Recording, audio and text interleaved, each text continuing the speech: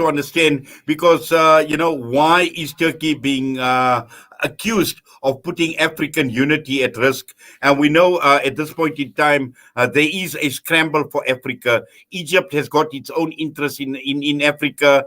Countries like the United Arab Emirates, Saudi Arabia, and we know that this has been playing out for quite a while because on the one side we've seen Qatar and the Turkish bloc aligning itself. On the other side, you've got countries like Saudi Arabia, the UAE, and the Emirates as well. So at the end of the day, again, it's about who has got the most influence in Africa, and that is why we see these type of questions being raised, Turkmen. Yes, actually, Turkey used to have very strong relation with the Egypt, and Turkey was heavily investing in Egypt, especially the textiles. But the Erdogan and the Egypt President Sisi, become an enemy when the Mursi toppled by the Sisi in 2013, and since then, Turkey Erdogan doesn't recognize Sisi as a legitimate president. So it is a more, you could say, is a personal, rift. And Turkey Turkey lost its export market in Central Asia, with the Arab Spring in the Middle East and in the Balkans, in the Europes especially. So Turkey wants to also export to the African continent. Also, from another things, if you look at from the Turkish side, they don't see the North Africa as an Africa. Yes, we are in the southern tip of Africa. We see everywhere is Africa. But for the Turks, Libya is not like, his mindset is different. Is like a part of, they still see is a part of Turkey. And also, in the recently Turkey lost, as I told you, the investment, and Turkey is now not focusing the construction because of the economic climate Turkey is facing. Turkey is now exporting the arms. These arms help Libyans, and these arms help the Azerbaijan. Now Turkey is trying to sell these drones to to Horn Africa. Already Turkey's biggest military air base in the Somali. But as I told you, it is you shouldn't see just a rift, the recent rift between Saudi Arabia, Qatar, or UAE. Turkey is, yes, economically is not strong with the Gulf states. They recently got petrol last 4 or 5 decades, but militarily Turkey is very strong compared to these countries because he's also a second NATO's second army. Also, some of European countries actually supporting Turkey in Horn Africa against Chinese influence. That is also another thing. It means Turkey has a strong interest in Horn Africa, especially in Horn Africa.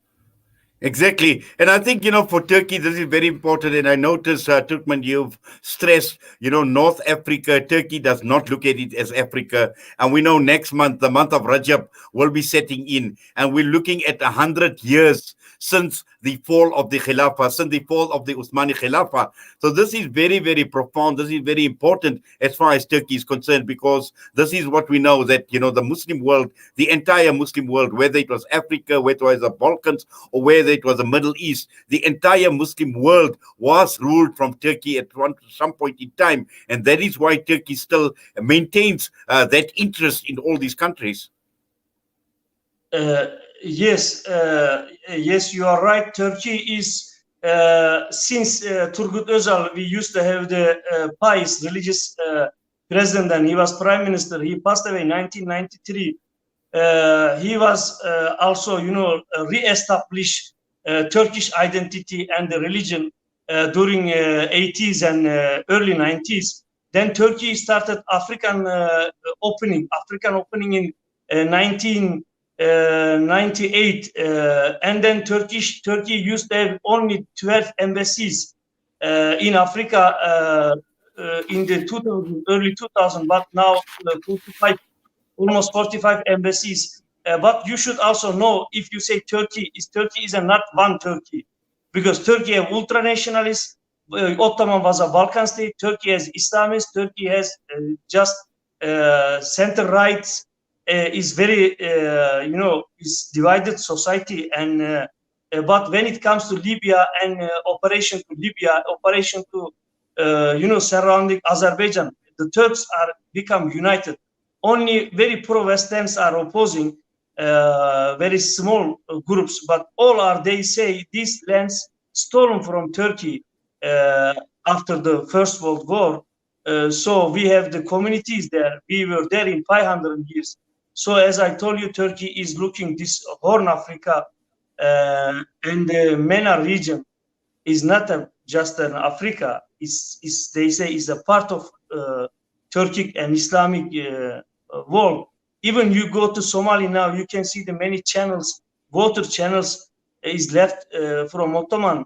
Still they are using, and this area is a very important for Turkey's security. You see the Yemen.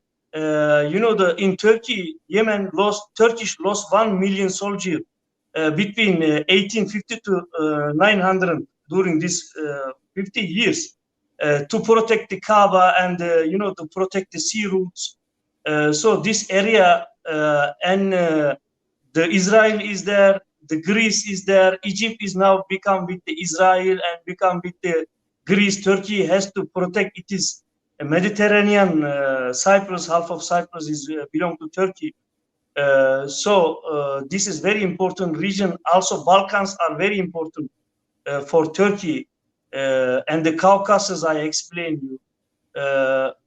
These are the things. Also, I can tell you the Syria. Turkey is made a 3 operation into Syria. Yes, northern Iraq, Turks still see as a part of Turkey, but actually where Turkey is entered in Syria, we don't see like Turkey. Turks don't see as a part of Turkey because this is Arabs. The Arab civilization were there. The Umayyad were there. They have strong Arab identity in Syria. So Turks opposing government's interference in Syria, but Turks are welcoming Turkish public, welcoming Turkey's involvement in Africa, North Horn Africa, as I explained to you.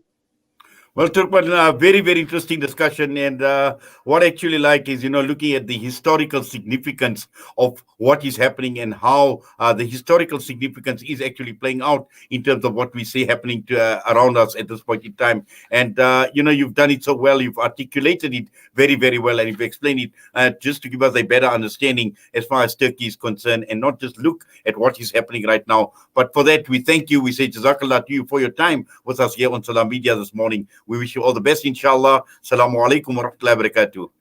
Alaikum salam. Thank you to the listeners.